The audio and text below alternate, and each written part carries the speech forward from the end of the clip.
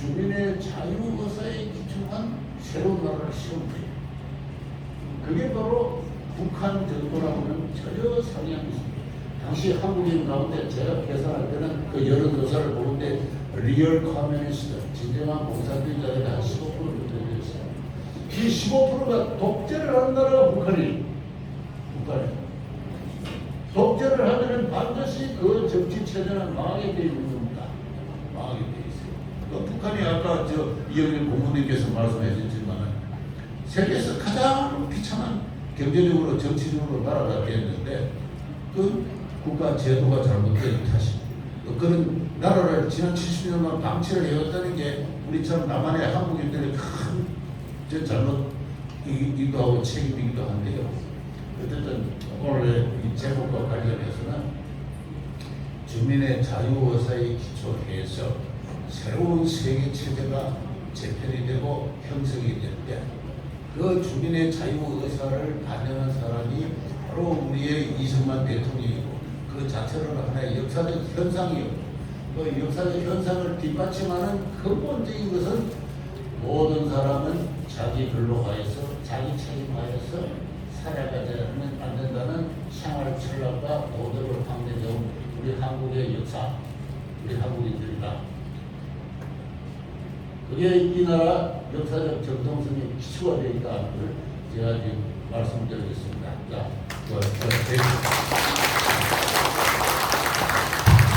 이종일 교수님의 이승만 대통령에 대한 말씀을 잘 들었습니다.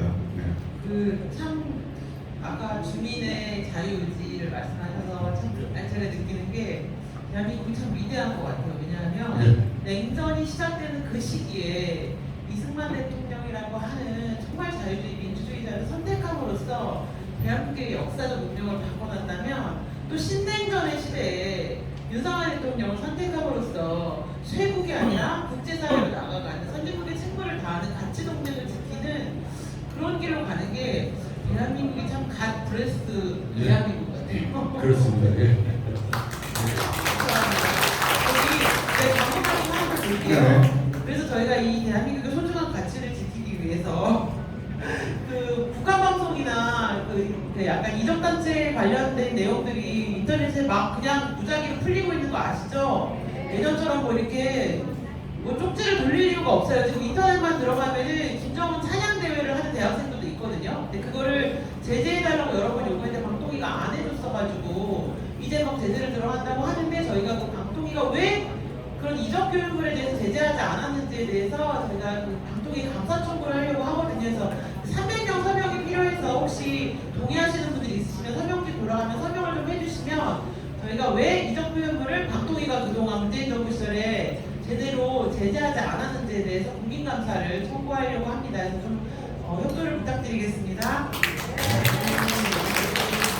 북한에서 삐라를 안 뿌리는 이유가 그거였군요. 이제 뭐 유튜브로 가겠습니다. 그렇죠. 그렇습니다. 다음은 우리 전직 운동권이셨죠. 여러 운동권이셨다가 지금은 정말 전향하셔서 그 대한민국의 에너지를 또 이끌고 계시고 또 이승만 대통령에 관해서도 너무나 깊은 생각을 갖고 계신 고범규 에너지위원님 모두 바로 듣도록 하겠습니다. 일단은 저는 이제 아까 저에 대해서 소개하신 잘못 소개가 됐어가지고 제가 뭐 감옥까지 가서는 않았습니다. 수배 생활은 좀 많이 했는데 아직 수배 생활 한 3년 하고 마지막에 좀 국가에서 좀 봐줘가지고 불구속 처리되어서 이제 징역 1년이었나 거기에 대한 집행유예들 자격증 이렇게 좀 받고 이런 사람을 봐준 게 문제 아닙니까? 우리나라가 참 좋은 나라예요. 오랜만에 이제 그 이승만 전 대통령에 대한 얘기를 들어보니까 사실 아주 이제 예전에 저에게 한 20년 가까이 된 오래전의 얘기이다 보니까 이제서야 좀 새록새록 생각이 나는 것도 있는데 일단은 제가 이제 운동을 하던 시절에는 이제 역시 한국사에서 운동권의 주류는 NL 주사파인데 한국사에서 이제 주사파가 이제 주된 그 이념적 근거로 삼는 거는 이승만은 미국의 식민 대통시 자이다라는 경향을 앞세웠고요. 만약에 이제 이승만이 굉장히 이제 그 민족을 배반하는 짓을 하는 것이 아니었다면은 북한의 김일성이 여기까지 내려와서 이제 자주적 국가를 수립했을 것이다 라는 생각을 가지고 있었죠. 만약에 이제 북한에 의해서 통일이 되었다면은 우리나라는 지금보다 더 살기 좋은 나라가 됐을 거다 라는 세계관을 가지고 있었습니다. 그러면서 이제 그 사실 이제 이승만 전 대통령 같은 경우에도 또 이제 독립운동 전력이 있고 그다음에 또 이제 대통령이 된 후에도 여러 가지 공과가 있지 않습니까?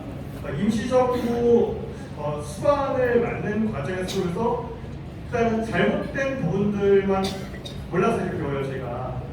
예를 들어서 보면은 그 좌파는 사실 역사를 처음 배울 적에 소설로 배웁니다. 소설 혹은 영화로다가 배웁니다. 우파 분들은 아마도 이제 논문으로 배울 것 같은데 정식으로 출판된 서적이나 아니면 논문 등을 근거로 해서 역사를 논할 텐데 좌파에서는 그렇게 하지 않아요. 소설과 그다음 영화 등을 먼저 보면서 역사를 배웁니다. 대표적인 경우가 이제 조정래 씨가 지은 태백산맥이라든가 아리랑이죠. 그래서 아리랑에 이런 구절이 나와요. 이승만이 임시정부에 보내어져야 될 자금을 중간에 이제 착복을 해서 축출당했다라는 그런 구절이 나오거든요. 그러니까 독립운동할 때도 자금 떼어먹은 나쁜 놈이네 이렇게 배우고요. 그 다음에 해방 이후에 사실 저도 나중에 그 보고서를 깜짝 놀랐었는데 이승만 전 대통령과 김구 선생이 굉장히 친분이 있었다는 걸 전 몰랐었어요. 서로 원수지간으로 알고 있었거든요. 그러다 보니까 이제 저희가 배울 적에는 이승만과 김구가 굉장히 대립되는 관계에 놓여 있고 그리고 이승만이 김구 선생을 죽인 거다라고 그렇게 알고 있죠. 그렇게 이제 그렇게 몰아가요. 구체적으로 이제 그렇다라고 단정을 짓진 않지만은 그런 식으로 저희들이 이제 배우고요.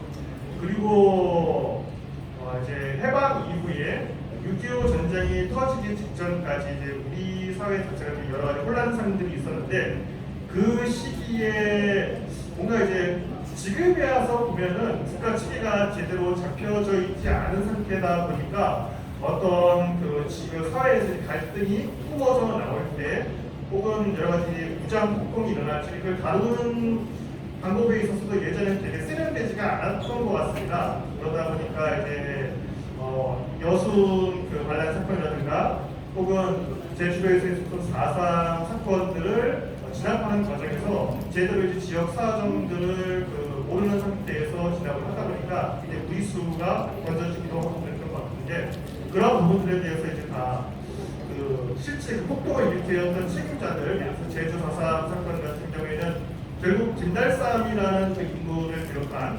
남로당이 굉장히 큰 잘못을 할 건데 이 남로당의 죄는 사라지고 이승만의 진압 그 결과에 대해서만 지목을 해요. 그리고 이제 한국전쟁이 벌어지고 나서 6.25 전쟁이 벌어지고 나서는 이제 국민들에게는 끝까지 맞서서 한국전 하라라고 녹음만 하고 자기는 지뢰버리 혼인팬 기업자다 이렇게 배웠죠. 그리고 이제 그렇게 전쟁이 끝나고 나서도 독재를 이어가다가 결국에는 4.19 민주화운동으로 쫓겨나간 독재자 이게 이제 NL 세계관, 운동권 세계관에서 배우는 이승만에 대한 평가입니다. 저는 왜 이렇게 이승만에 대해서 이렇게까지 폄하를 하느냐에 대해서 지금 여기서 말씀을 드리면 될 것 같은데 일단은 아까 이제 말씀드렸던 것처럼 주사파는 북한이 정통성을 가지고 있다고 생각을 해요. 그러니까 한국 사회에서 제대로 된 독립투쟁을 했던 거는 총 들고 창 들고 싸웠던 무장 독립투쟁 세력의 정통성이 있는 것이고 그러한 무장 독립투쟁에 있어서 김일성이 제대로 한 사람이다라는 생각을 가지고 있거든요. 그러니까 이 김일성의 이제 항일 빨치산 세력이 실은 코민테른의 지위를 갖고 있었다는 것에 대해서 사실 외면을 하죠. 그러니까 외면을 하고 그냥 이제 무장 독립투쟁을 하면서 그 결과로다가 북이 직접 이제 일본 관동군들을 소련과 함께 무장 해제를 시켜가면서 북한 정권을 수립을 한 거다 이렇게 한 거고 이렇게 이제 배웠고 그 다음에 이제 미군이 진주하지만 않았다면은 미군의 이제 남한에 진주하지 않았다면은 계속 소련군과 항일 빨치산 세력이 남하를 해서 결국에는 우리나라 전체를 해방시켰을 것이다 라고 배웠습니다. 그렇게 배웠어요. 그리고 나서 이제 아까 이제 방금 전에 이제 이영훈 교수님께서 이제 북한의 토지 개혁에 대해서 말씀을 하셨었는데 무상 몰수, 무상 분배 이게 좋은 방법이었다라고 생각을 하죠. 그러니까 이제 우리가 이제 운동을 하면서 배웠던 게 이제 저희가 이제 해방이 되고 난 다음에 원래 일본인들이 가지고 있었던 그런 각종 사업 시설이라든가 재산들이 있었지 않습니까? 이런 것들이 이제 적산이라고 적의 재산이라고 해서 적산을 불안하는 과정이 있었던 건데 적산 불안 과정에서도 저희는 그렇게 배워요. 어떻게 배우느냐? 이제 매국노들에게 미국의 말을 잘 듣는 매국노들에게 분배를 해줬다. 그리고 일반 국민들은 돈이 없으니까 살 길이 없는데 그거를 유상으로 분배를 해버리면은 불공평한 분배가 되어버린 거다라고 얘기하는 거죠. 그렇게 하면서 이제 소위 말하는 매판 자본의 이제 뿌리가 만들어졌다라고 배웠고, 그리고 또 토지 개혁을 하는 과정에서도 이제 그 지주와 그다음에 소작농의 관계가 제대로 이제 청산되지 않으면서 우리나라의 어떤 산업의 뿌리 자체가 처음부터 첫 단추를 잘못 꼈다라고 배웠습니다.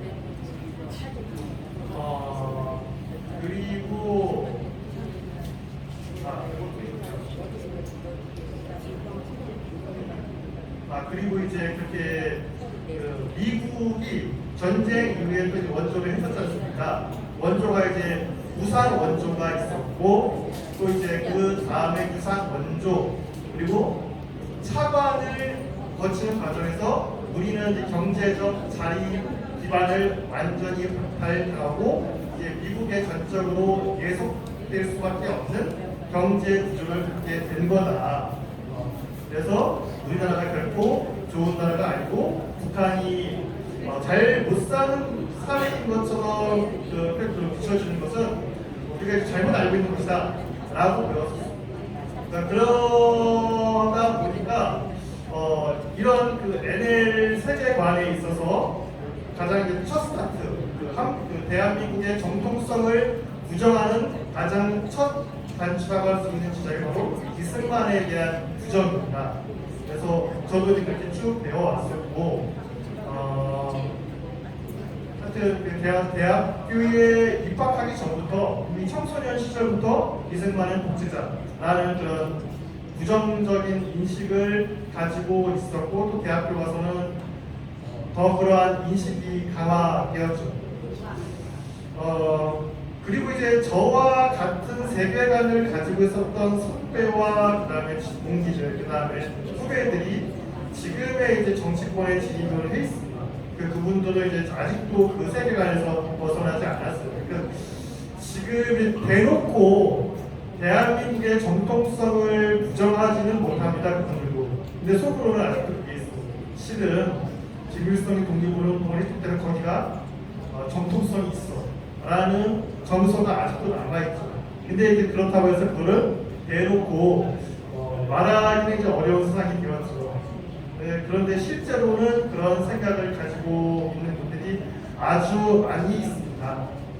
그리고 저와 같이 한청년 운동을 했던 친구들이 이제 작년, 재작년쯤부터 본격적으로 현실 정치에 입문을 하기 시작했어요. 물론 그 친구들 보면은 뭐 이제 국회 보좌관이라든가 지방의원 등등을 이제 하고 있는데 이 친구들이 이제 제도권 정치에 진입을 하면서도 전혀 자기의 생각에 대해서 어떤 그 대중에게 밝히거나 아니면은 나의 사상이 어떻게 바뀌었다라고 이제 밝히지 않은 상태에서 그냥 진입을 하고 있거든요. 그 선배인 586 운동권 세대들이 그러했던 것처럼 저와 같은 시기 한청년 운동을 했었던 친구들도 그냥 그 제도권 정치에 진입을 하기 시작했습니다. 그래서 우리 정치에서 대한민국에서 정치를 하자면 그렇다면 대한민국이 어떠한 국가인가, 어떻게 시작되어 있고 누가 이 대한민국의 기틀을 마련을 하는 것인가에 대한 그 생각부터 투명하게 밝히고 그 다음에 대중에 대한 검증을 받고 그리고 이제 선택을 해달라고 요청하는 것이 맞지 않는가 그런 생각이 듭니다. 네, 이상입니다. 고객님 너무 잘 들었고요. 네. 진짜 그 말씀을 듣는 순간 느낀 게 진짜 지금 인하대학교가 이승만 대통령이 설립을 하신 거잖아요. 이거 사태에 등장하고 안 하고 이전에 학교를 만든 설립자의 동상이 없다는 것 자체가 그게 정말 말이 안 된다. 네. 이런 생각이 또 들더라고요. 제가 애를 키워보셨잖아요. 네네네. 애한테 하지 말아야 될 제일 큰 욕이 뭔 것 같아요? 넌 태어나지 말았어야 돼. 그렇지 않습니까? 그런 생각을 하나요? 네. 그럼요. 그걸 아동학대라고 하죠. 네, 근데 대한민국의 어떤 과정을 부정하는 게 아니고 너는 태어나지 말았어야 돼 라고 하는 부정을 계속 해왔던 이유가 뭘 것 같아요? 과정의 오류는 바꾸면 돼요. 근데 태어나지 말았어야 돼 라고 했다면 어떻게 해야 될 것 같아요? 나라를 뒤집어 엎어서 혁명을 하는 거 말고는 수정할 길이 없어요. 네. 그렇기 때문에 건국을 부정한다라고 하는 거는 대한민국을 수정해서 쓰겠다는 게 아니에요. 이 나라를 체제강복해서 바꾸겠다라는 저는 의지라고 보고 네. 이승만 대통령에 대한 부정에는 사실은 저는 혁명에 대한 의지가 굉장히 강하다는 그런 생각이 좀 듭니다, 선생님. 이렇게 옆에서 너무 한심한 어쩌면 선생님도 한 번은 거쳐있을 수 있지만 얘기를 듣다 보니까 해주시고 싶으신 말이 너무 많으실 것 같아요.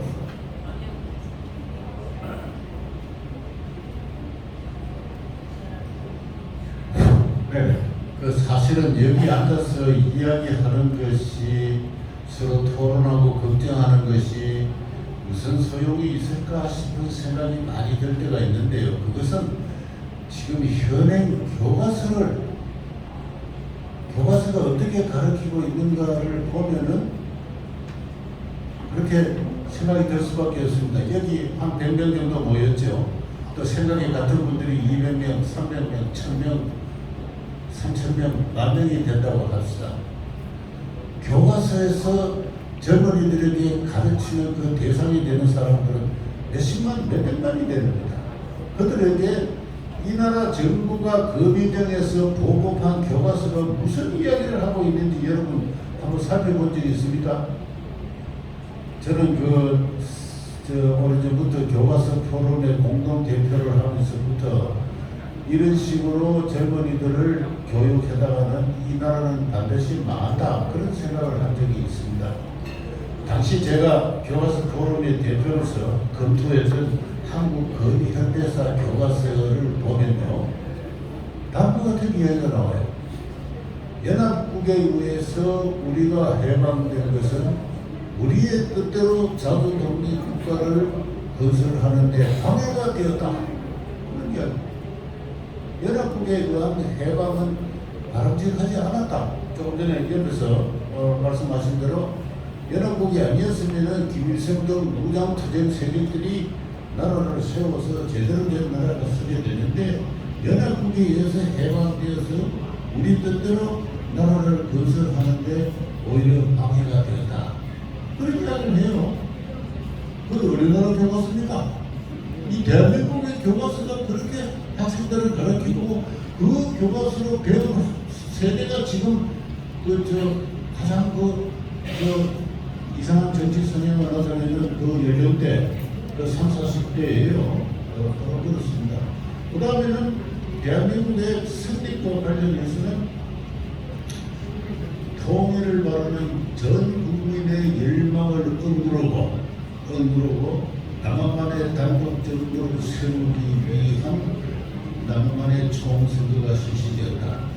따라서 1948년 5월 10일 총선거와 대한민국의 건립은 대다수 국민들이 바라지 않는데 통일의 열망이 큰데 그걸 억누르고 생긴다는 그런 이야기를 했어요. 어느 나라 교과서가 그렇게 가르치죠? 북한 교과서가 그렇게 가르칩니까? 우리 남한 교과서가 그렇게 가르쳐 왔어요. 그러면 오늘날 이 2023년 현재 교과서가 어떻게 가르치고 있느냐? 제가 당연히 검토를 지금 하고 있지 해서 나오는 아닙니다만 비슷한 내용입니다. 제가 불과 몇 달 전에 확인을 했어요. 유엔이 이 대한민국을 유엔 감시 하에서 자유보통선거가 실시돼서 주민의 자유의사에 기초한 합법적인 정부이며 그러한 정부는 한반도에서 대한민국이 유일하다 그렇게 이야기를 했습니다. 대한민국의 유일 합법성을 인정한 유엔의 결의를 지금 현재 보급되어 있는 교과서가 부정하고 있어요. 6종의 교과서 중에서 제가 검토한 5종의 교과서가 모두 다 그렇게 부정하고 있습니다. 선거가 실시된 그 지역에 한해서 유일한 합법적인 정부다 이렇게 해석하고 있어요. 그 명백하게 잘못된 해석을 하고 있는 교과서를 이 정부가 고칠 것도 없고 능력도 없어요. 문재인 정부가 그랬습니다. 이 새 정부는 아직 그게까지 신경도 못 쓰고 있어요. 그런 상황에서 지금 시간이 자꾸 흘러갔어요. 그 사람의 애국하는 시민들이 모여서 이렇게 걱정하고 있는데 교실에서는 훨씬 더 학생의 교육이 집단적으로 대략적으로 지금도 이루어지고 있습니다. 그러면 남북한이 왜 분단이 됐느냐? 현행 교과서를 보십시오. 현행 교과서를 보면은 남북한 분단에 관해서 이렇게 별도로 이렇게 철학을 만들어가지고 분단의 시초를 이룬 것은 이승만의 정업 발언이다.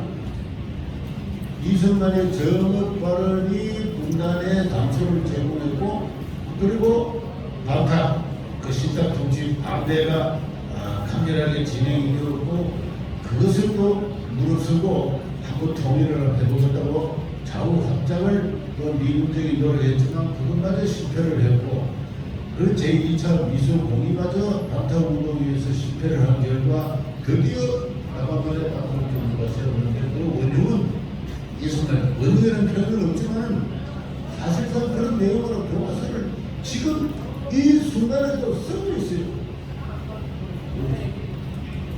그럼 어떻게 할 겁니까? 아무리 이승만 기념관 만든다. 좋습니다. 어떤 걸 만드는 건 좋죠. 기념관보다 훨씬 더 중요한 것은 역사 교육을 바로 잡는 일인데 이 문제에 관한 한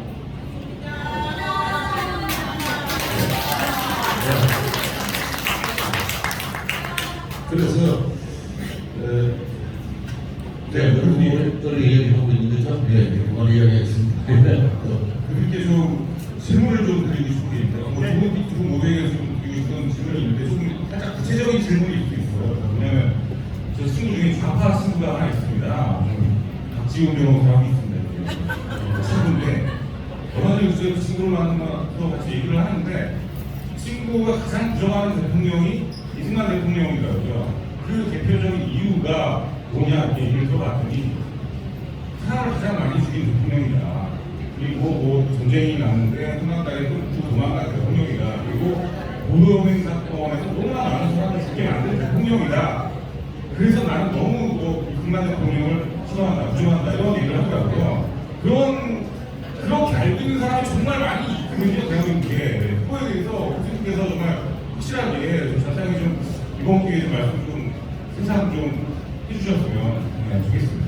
이건 오히려 이제 제가 네. 이영훈 교수님께 이런 부분들을 좀 짚어줘야 되지 않느냐라고 건의드리고 싶은 부분이었어요. 네. 그러니까 이승만 대통령이 일단 제일 먼저 좀 짚고 넘어가야 될 게 좌파 세계관에서는 총을 들고 싸웠던 사람들만의 전투성이 있다고 인정을 해요. 그러다 보니까 이승만은 뭐 이렇게 편하게 미국에 유학 가서 이제 즐길 거 다 즐기고 하면서 독립운동을 했던 생만 낸 사람이다 라는 그 주장이 일반적으로 이제 프로젝트 요거 하나부터 이제 이런 것들 하나하나 짚어가지고 좌파 속에서 그 이승만 전 대통령을 비방하는 논리들을 크게 좀 제가 5가지로 요약을 해봤는데 일단은 독립운동 제대로 한 거 아니다. 그 다음에 해방 이후에는 두 번째로 해방 이후에는 친일 부역자들을 그대로 관료로서 등용을 했다. 그 다음에 세 번째로는 미국의 꼭두각시나 다름없는 사람이다. 라는 편에 그 다음에 네 번째로는 지금 말씀하신 것처럼 한국전쟁 당시 국민들을 전장에 내몰아 놓고서 무책임하게 도망친 위법자다라는 주장 그리고 그 이제 영구 분단의 원흉이다라는 이 5가지 정도 내용이 이승만 전 대통령을 비방하는 가장 핵심적인 부분이라고 할 수 있거든요. 그래서 이 꼭지 중에서 제일 먼저 독립운동에 있어서 독립운동 사이에 있어서 이승만 대통령의 의사부터 좀 짚어봤으면 좋겠습니다. 이승만 대통령이 박사단 미국에서 양복이나 입고 호텔이나 다니면서 외교한다고 했는데 그게 독립운동 한 거냐? 저도 그런 이야기를 많이 들었습니다. 많이 들었어요. 그래서 총 들고 일본과 저항한 무장투쟁만이 그러한 그 전통적인 운동이다. 지금 현행 교과서 그렇게 쓰여져 있어요. 현행 교과서에는 이승만 대통령의 독립운동에 대해서 단 한 문단도 할애해서 설명하고 있지 않습니다. 이승만 독립운동에 대해서는 전혀 설명하고 있지 않아요. 이런 이야기는 1910년, 1920년 그 당시부터 있었던 거예요. 그 당시부터 오늘날만 아니라 그 당시 사람들도 그런 이야기를 했습니다. 그런데 당시 일본은 세계 제5위 내지는 세계 제4위의 군사대국이에요. 군사대국입니다. 상해 임시정부가 1920년을 독립전쟁의 원전으로 선포하고 그렇게 해서 저 길림성 그 주변에서 무장 충돌이 두세 번 있었는데 그때 동원된 독립군 부대가 100명 내지 300명입니다. 그것도 뭐 소총도 제대로 다 병사마다 갖추고 있지 못하는 약 한 300. 당시 한국인들이 한간 힘을 다해서 무장 세력을 조직해도 300명을 무장시킬 수 있는 능력이 됐어요.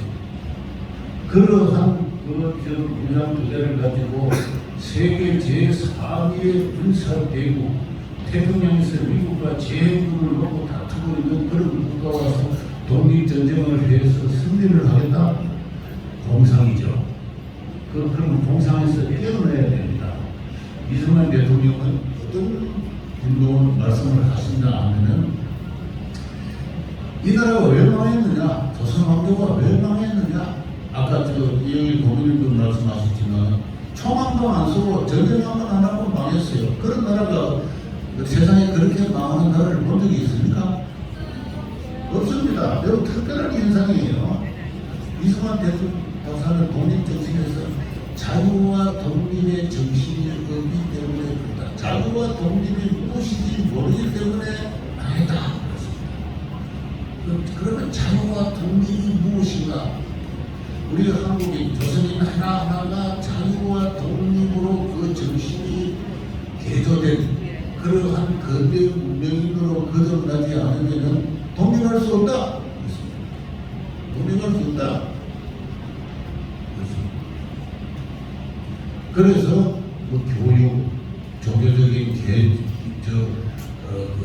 정신 개조를 대단히 중요시 하시게 생각하시고 그 점은 그 당시에 또 하나의 독립운동의 원로로 할 수 있는 안창호 선생도 마찬가지 있었습니다. 그래서 우리 한국인들이 먼저 이 정신에서부터 건강하게 개조되어야는 안 된다. 그래서 교육을 대단히 이렇게 중요하시는데 그래서 사람들이 물었습니다. 그러면 언제까지 교육 개그만 이야기하고 계실 겁니까? 그러니까 이승만 대통령이 이미 1908년부터 하신 말씀이 있었어요. 인류 역사를 보건대 바다의 주인이 둘이 있어 본 적은 없다. 장차 이 태평양의 동쪽과 서쪽에서 두 신호 해양 대국이 발응하고 있는데 이 서쪽 끝에서는 미국이요, 동쪽 끝에서는 일본이다. 이 두 나라가 장차 태평양에서 큰 충돌을 보게 될 것이다. 그래서 미일 충돌론이라는 글을 발표하는 게 1908년입니다. 1908년. 그분은 예언자였어요. 그래서 불과 33년 뒤에 그 예언이 실현이 되는 겁니다. 33년을 못 찾습니다. 33년 동안 실력 양성해서 미일 충돌이 오는 그날 우리 모두가 우리의 실력으로, 우리의 대파로, 우리의 비행기로 전국의 선전을 보고 할 일이다. 그때까지 우리는 일치단결해서 우리의 실력을 양성해야 된다. 그렇게 이야기했습니다. 1908년부터 그 이야기를 지속적으로 이야기를 하고 있는데도 사람들은 외세 의존의 허무주의자다. 이렇게 해서 이승만 박사를 조롱을 했습니다. 조롱을 했어요. 미국. 근데 그 예언은 33년 만에 실현이 됐어요. 위대한 예언이었습니다. 위대한 예언이었어요. 후진국의 독립은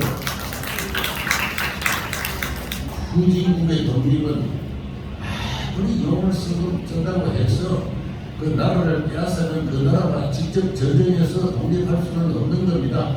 그 나라와 다른 나라가 충돌할 때, 두 강대국이 충돌할 때 그 충돌하는 다른 강대국의 지원을 입어서 독립을 하게 되는데 그 국제적 호기가 조만간 도래할 것이다 라고 이야기했고 그때까지는 우리 제발 단결합시다. 그 국제적 호기가 도래하기 전에 한두 사람이 총을 쏘고 원수의 여인을 살해한다고 해서 독립이 되는 건 아닙니다. 그렇게 이야기했습니다. 그 말씀이 맞습니까? 안 맞습니까? 1908년에 샌프란시스코에서 장인한 전쟁은 두 사람이 또 지금 우리나라에서는 10사람이라고 합니다만 스티븐 스미라는 일본 정부가 대한제국에 파견한 외교부문을 원총으로 쏴서 살해한 적이 있어요. 근데 샌프란시스코에 마침 이승만 박사가 프린스턴에 그 당시는 하버드 입학하기 전입니다만 왔어요. 사람들이 재판정에서 통역해달라고 부탁을 했습니다. 이승만은 노했습니다. 나는 대학에 들어가서 공부를 하는 것이 중요하다. 일본이 지금 당장 여러분에게 독립하라고 하면서 여러분 독립할 능력이 있습니까? 누가 재정을 하죠? 누가 국방을 하죠? 누가 외교를 합니까? 나는 공부를 더 해야 되겠어. 이 말이 맞습니까? 틀립니까? 네. 재판정에서 통역한다고 샌프란시스코에 몇 달 머물고 있다가 하버드 어렵사이 하버드에 어드미션을 받아놨는데 그거 포기해야 됩니까? 아직도 그런 유치한 논리로 이승만을 비판을 하고 있습니다. 그게 바로 아까 나온 그 아리랑 소설에 나오는 조정래라는 사람이 재판의 통역도 그러더라고 말이야. 응? 그런 걸 한마디로 말해서 이승만 대통령이 그렇게 한탄하지 않았던 나쁜 품속, 악한 마음, 바로 그거예요. 안 되는 줄 알면서도 우기고 터진다고 험담하고 하는 바로 그러한 한국인들의 악한 풍속, 이 악한 풍속이야말로 이승만의 최대적이었습니다.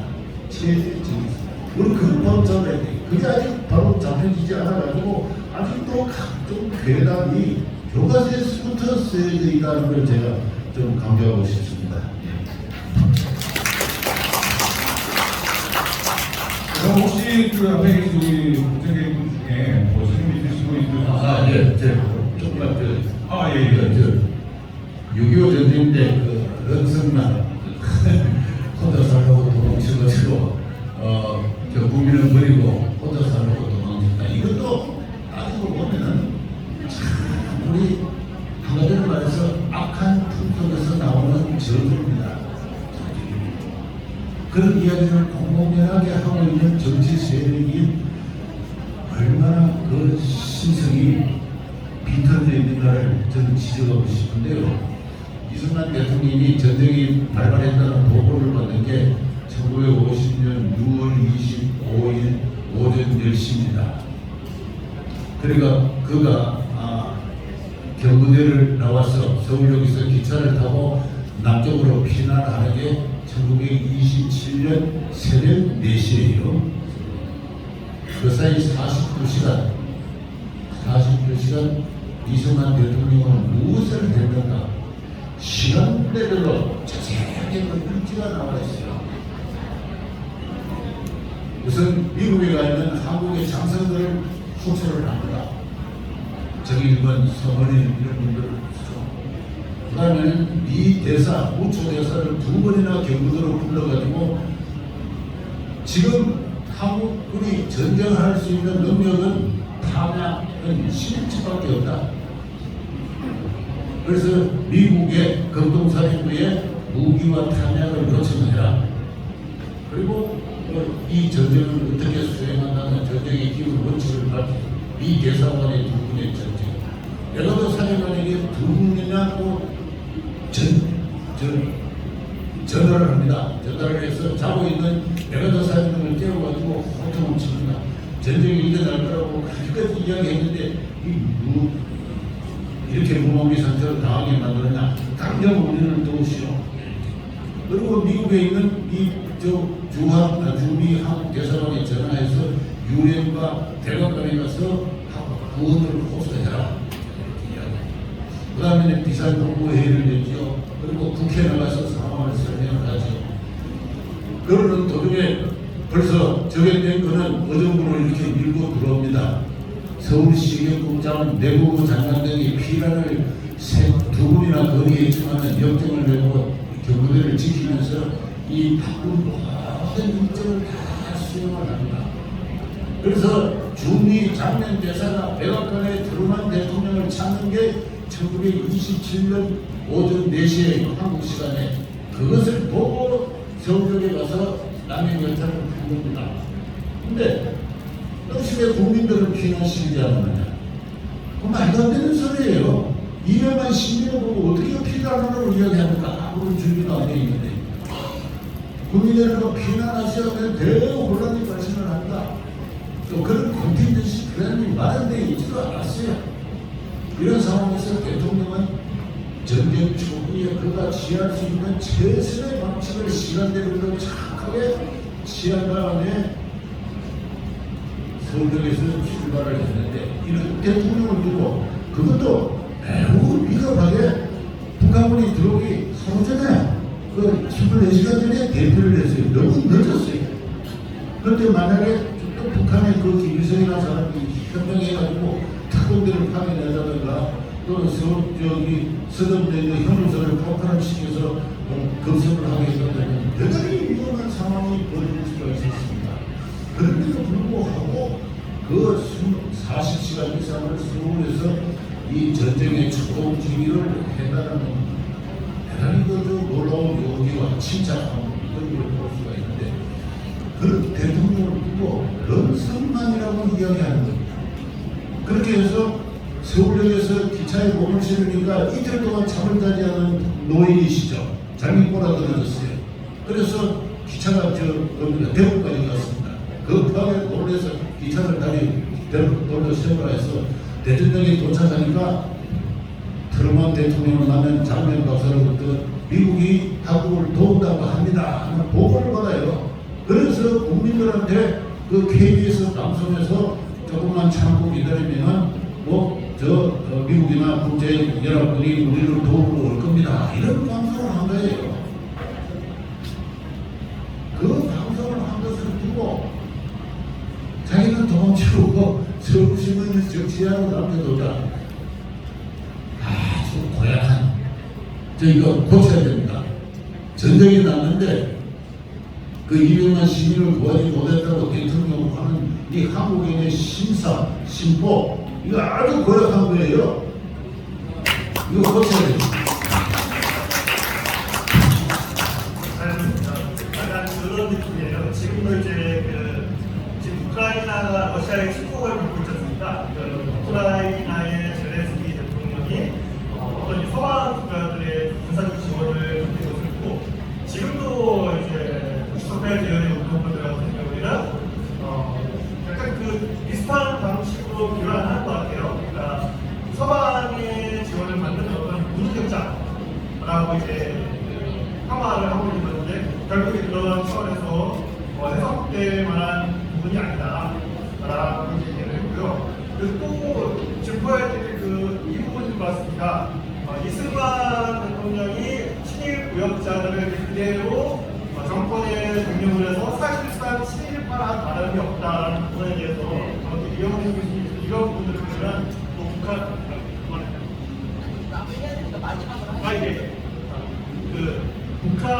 아니면 다른 국가들의 사례와 비교를 해서 수치적으로 정말 맞는 그 비난인지 아니면 이제 억지로 이제 시장방을 없다라고 그러거든요. 억지로 까기 위해서 만드는 논리라고 하는데 억지 논리인지에 대해서 이 수치로서 어떤 특별한 비판을 해주시면 좋겠습니다. 이승만 대통령께서 친일파라는 이런 그 프레임도 걸려가지고 또 지금까지도 우리 국민을 해독시키고 있는데 이것도 역시 대단히 악성의 프레임입니다. 또 악성의 이 프레임이 통용되고 있다는 것 자체도 큰 문제라서 강합니다만 이승만 대통령께서는 이 건국 이후에 그 내각을 구성하는 데 있어서 주로 이 한민당을 배제한 바로 그때부터 이제 정력이 한국의 새로운 정치사가 쓰여집니다만 그 한민당을 배제한 중요한 이유도 건국 초창기에는 친일파들을 등용해서는 안 된다. 한민당의 주요 인사들이 일제 치하에서 고생하고 교육, 실업 다 고생하고 공로가 컸지만 그러나 국민의 정서가 그렇지 않으니까 당신들은 당분간 뒤로 물러 있는 것이 좋다는 것이 이승만이 대통령의 입장이었고 초대 내각은 기본적으로 독립운동하는 사람들 물론 심지어는 조봉암 같은 원 공산주의자도 농기계획하는데 필요하다고 이렇게 긴 욕이 나가고 해서 등용도 하고 그리고 남북한에 두루두루 지역 안배도 하고 해서 이렇게 내각을 이렇게 구성을 한 겁니다. 반면에 방금 말씀하셨듯이 북한 정권의 내각 구성을 보면은 친일파들이 오히려 많아요. 일제시대 때 요직에 올라간 사람들이 많이 있습니다. 거기에 비하자면 우리 대한민국의 초대 정부는 그야말로 친일파를 배제한 정부였다. 반민특위에 의해서 친일파 그 당시 조선공산당의 박헌영은 친일파 한 4,000명을 처형해야 된다고 그렇게 이야기했습니다. 근데 이승만은 그게 반대를 했습니다. 법에 의해서 처단할 일이다. 그래서 반민특위를 하는데 당시 여성 반란 사건도 일어났지요. 국회 프락치 사건도 일어났지요. 신생 대한민국이 과연 존립할 수 있을까? 북한에서는 거대 인민군의 무장 세력이 정비되고 있지요. 이런 상황에서 또 남한의 각 주요 상지에서는 마치사들이 활동하고 있는 이런 상황에서 국방의 핵을 이루고 있는 경찰 병력을 동로시켜서는 안 된다는 것이 이승만 대통령 입장이었습니다. 그래서 반민특위가 하루빨리 조속히 조용하게 꼭 처단하는 사람은 신속하게 처단해 주기를 바란다 하는 것, 이런 강력한 입장을 피력을 하면서 박민특위 위원장의 집에 방에까지도 찾아갑니다. 대통령의 그 신분으로서. 그래서 조용하게 신속하게 빨리 처리해 주길 바란다 했지만, 그러나 그분들 생각이 그렇지 않았어요. 그렇게 해서 그 경찰 간부들을 구속하게 되니까 당시 경찰의 60%가 초등부 경찰 출신이었습니다. 이 사람들은 우리가 비록 초등부 경찰 출신이지만 해방 이후 3년간 또 건국 이후 공산당을 막는데 주도적인 역할을 하는 사람인데 우리를 반민족 행위자로 이렇게 처벌을 하게 된다는 생각 불문을 하고 하는 그런 상황이었습니다. 그래서 바로 이 공산 세력을 막는 것이 당면한 제1의 그 과제인 그 시점에 이 민족이라는 어떤 그 허구적인 분례에 사로잡혀가지고 이 한국 정치가 극단적인 어떤 상황으로 흐르게 그것을 제도를 얻어요. 그렇게 해서 이후 소위 공산 세력의 침략을 내외적인 어떤 그 공세를 성공적으로 방어를 할 수가 있었는데, 그걸 두고 친일파다 이렇게 이야기를 합니다. 그 당시 공산주의자들의 쉬운 프레임이에요. 당시 북한의 김일성 집단이 남한의 이승만과 김성수에 대해서 친일 반민족 세력이라고 프레임을 씌운 것을 크게 우리가 지금 답설을 하고 있는데, 이것도 대단히 고약한 심사에서 나온 것이다라는 걸 제가 말씀드리려고 합니다. 네, 사실은 길게 포인트 얘기도 너무 많고 참 되게 이렇게 한 시간으로 한 시간 지금 1시간 40분 정도 됐는데요. 이 시간 동안에 토론할 수 있었던 주제나 그런 인물이 아니시잖아요. 그래서 너무 아쉽고 안타깝긴 한데 또 이제 이후 일정들도 있으시니까 오늘은 1차적으로 이제 오늘이 선 대통령 58주기 선거일이시거든요. 그래서 오늘 그 기념해서 다시 한번 좀 돌아보는 시간을 가졌고, 저희가 또 이런 자리를 마련했을 때는 더 이렇게 사실은 선생님 저희가 여쭤보고 싶은 게 얼마나 많겠습니까?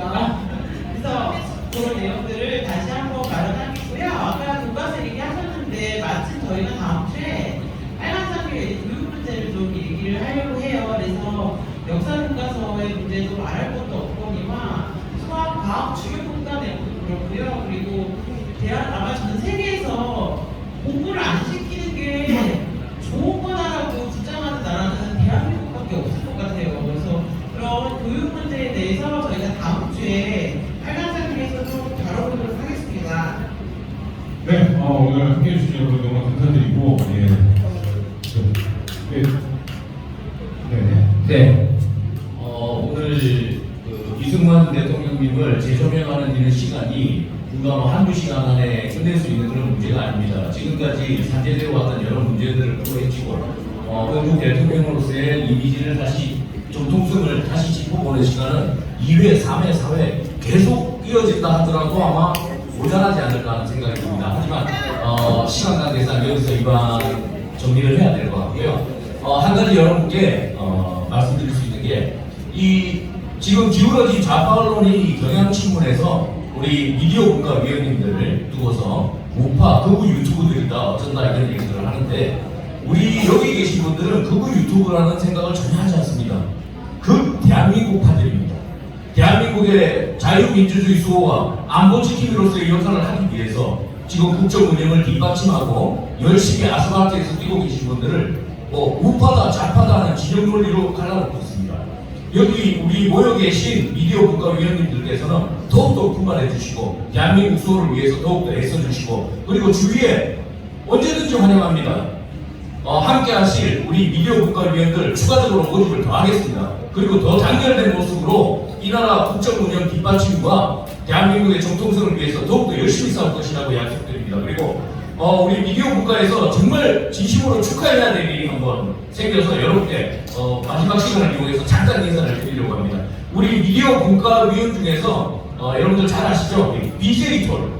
BJ톨이라는 우리 미디어 국가위원께서 지난주였죠 아마? 구독자 30만을 돌파하셨습니다. 여러분 축하해 주십시오. 예, 30만 구독자를 이제 이뤄내신 우리 BJ도 축하드리고, 항상 아스팔트에서 우리 대한민국의 정통성과 대한민국의 발전을 위해서 애써주시는 우리 BJ돌. 그래서 저희가 미디어문화위원회에서 자유총연맹에서 간단하게 이렇게 축하 선물을 마련했습니다. 여러분 뜨거운 박수로 축하해 주십시오. 감사합니다. 네, 축하드리고 오늘 부산 자리에 해주신 두 분께 다시 한번 뜨거운 박수 부탁드리겠습니다. 네, 감사합니다. 네, 수고하시는 분들께 다시 한번 감사드립니다. 자, 이상으로 제14차 자유민주주의와